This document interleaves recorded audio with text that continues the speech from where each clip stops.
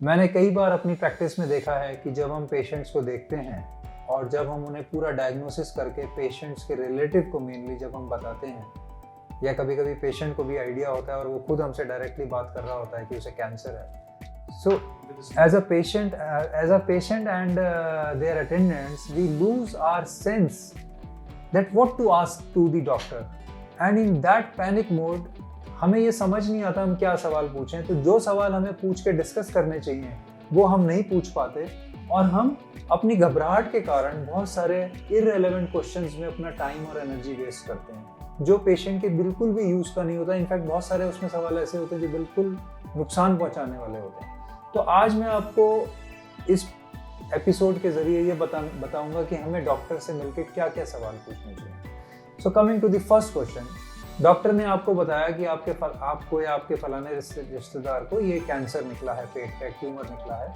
तो सबसे पहले आप उससे पूछिए कि doctor, is this tumour treatable और नॉट, क्या इसका इलाज संभव है कि नहीं। सिर्फ इस बात से कि डॉक्टर ने कैंसर वर्ड बोल दिया है बिल्कुल घबराने की जरूरत नहीं है, हमें लॉजिकली स्टेप्स में आगे बढ़ना है। तो पहला सवाल, क्या ये ट्रीटेबल है कि नहीं। Let us presume doctor says yes it is treatable.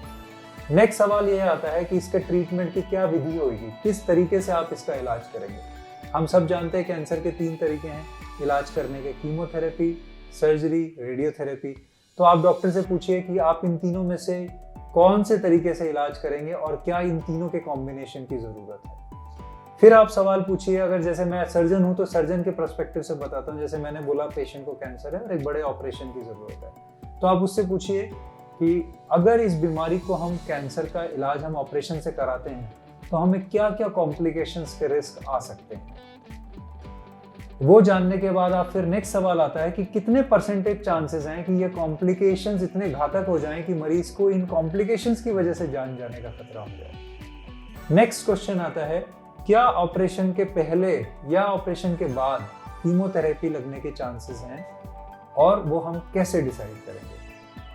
Then the duration of operation and duration of treatment. उसके बाद आता है ड्यूरेशन ऑफ हॉस्पिटलाइजेशन। अगर प्राइवेट हॉस्पिटल में इलाज करा रहे हैं तो कॉस्ट ऑफ ट्रीटमेंट इन्वॉल्व। ज़्यादातर मरीज मैंने क्या देखा है कि वो बीमारी से रिलेटेड सवाल पूछने की बजाय इलाज से घबरा के इलाज के नेगेटिव्स पे फोकस कर देते हैं। हमेशा जब भी आप बीमारी के ट्रीटमेंट के बारे में डॉक्टर से डिस्कस करें, आप हमेशा ये मान के चलें कि अगर कैंसर वर्ड बोला है बीमारी का नाम, तो उसके इलाज ना कराने से, ऑपरेशन ना कराने से 100% जान का खतरा है, क्योंकि कैंसर एक फैलने वाली बीमारी है। तो मान लेते हैं, जैसे मैं अपने एग्जांपल से बताता हूँ, मैंने किसी मरीज को बोला कि पैनक्रियास का कैंसर है या लिवर का कैंसर है और उसको 2 से 4% ऑपरेशन की वजह से जान जाने का खतरा है। वो मरीज या उसका रिश्तेदार ज्यादातर केसेस में ये भूल जाता है कि उसको बीमारी से तो 100% खतरा है और इसके अलावा कोई दूसरा रास्ता नहीं है इलाज के अलावा। तो अगर आपके पास सिर्फ 2 रास्ते हैं, एक ऑपरेशन ना कराना जिसमें 100% कैंसर का खतरा है जान जाने का, और दूसरा ऑपरेशन कराना जिसमें कि हमें 2 से 4% ऑपरेशन की वजह से जान जा सकती है, तीसरा कोई रास्ता नहीं है। तो आप कौन सा रास्ता चुनेंगे। डेफिनेटली इलाज वाला, क्योंकि उसमें सिर्फ 2 से 4% खतरा है और इलाज बीमारी में 100% है। सेकेंडली देखिए, आप ये समझ के चलिए कि हम सबको बिना बीमारी के, बिना कैंसर के भी लाइफ में 5 to 10% जान जाने का खतरा है, चाहे वो ट्रैफिक रोड एक्सीडेंट से हो, चाहे कोई फ्रीकी एक्सीडेंट से हो, या हम सबको भी तो बीमारी लग सकती है। So please apply your logical mind to decide, क्योंकि हमारे अनफॉर्चुनेटली इस पैनिक रिएक्शन से बहुत सारे लोग कैंसर का इलाज कराने का डिसीजन मना कर देते हैं कि हमें नहीं इलाज कराना क्योंकि ऑपरेशन में 2% का खतरा है। वो ये भूल जाते हैं कि कैंसर खुद 100% खतरा है जो पेट में आदमी बॉम्ब लेके घूम रहा है। नेक्स्ट सवाल ये आता है डॉक्टर से आपसे पूछने का कि डॉक्टर, आपका खुद का एक्सपीरियंस कितना है इस ऑपरेशन को करने में। आपने अभी तक इतने सालों में कितने ऑपरेशन किए हैं, आपके रिजल्ट्स कैसे हैं, क्या आपके पास कोई ऐसे पेशेंट का फ़ोन नंबर है जिसका आपने सक्सेसफुली इलाज किया हुआ, हम उनसे मिलकर अपनी एंजाइटी दूर कर सकते हैं। सो फ्रेंड्स, इस तरह के सवाल आपको पूछने हैं, बिल्कुल भी घबराना नहीं है। कैंसर एक लाइलाज बीमारी नहीं है, एक डेथ सेंटेंस नहीं है, अगर ये सही समय पे आप सही इलाज करवा पाते हैं तो।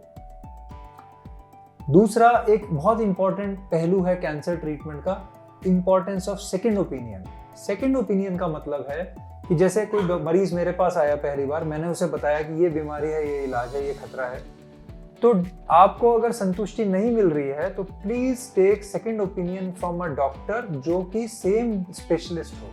मतलब जैसे अगर हम पेट के कैंसर की बात कर रहे हैं तो पेट के स्पेशलिस्ट कोई और शहर में ढूंढ के या दूसरे शहर में ढूंढ के आप उनसे भी राय लीजिए और उनसे भी समझिए, फिर कंपेयर करके अपना डॉक्टर और हॉस्पिटल चुनिए।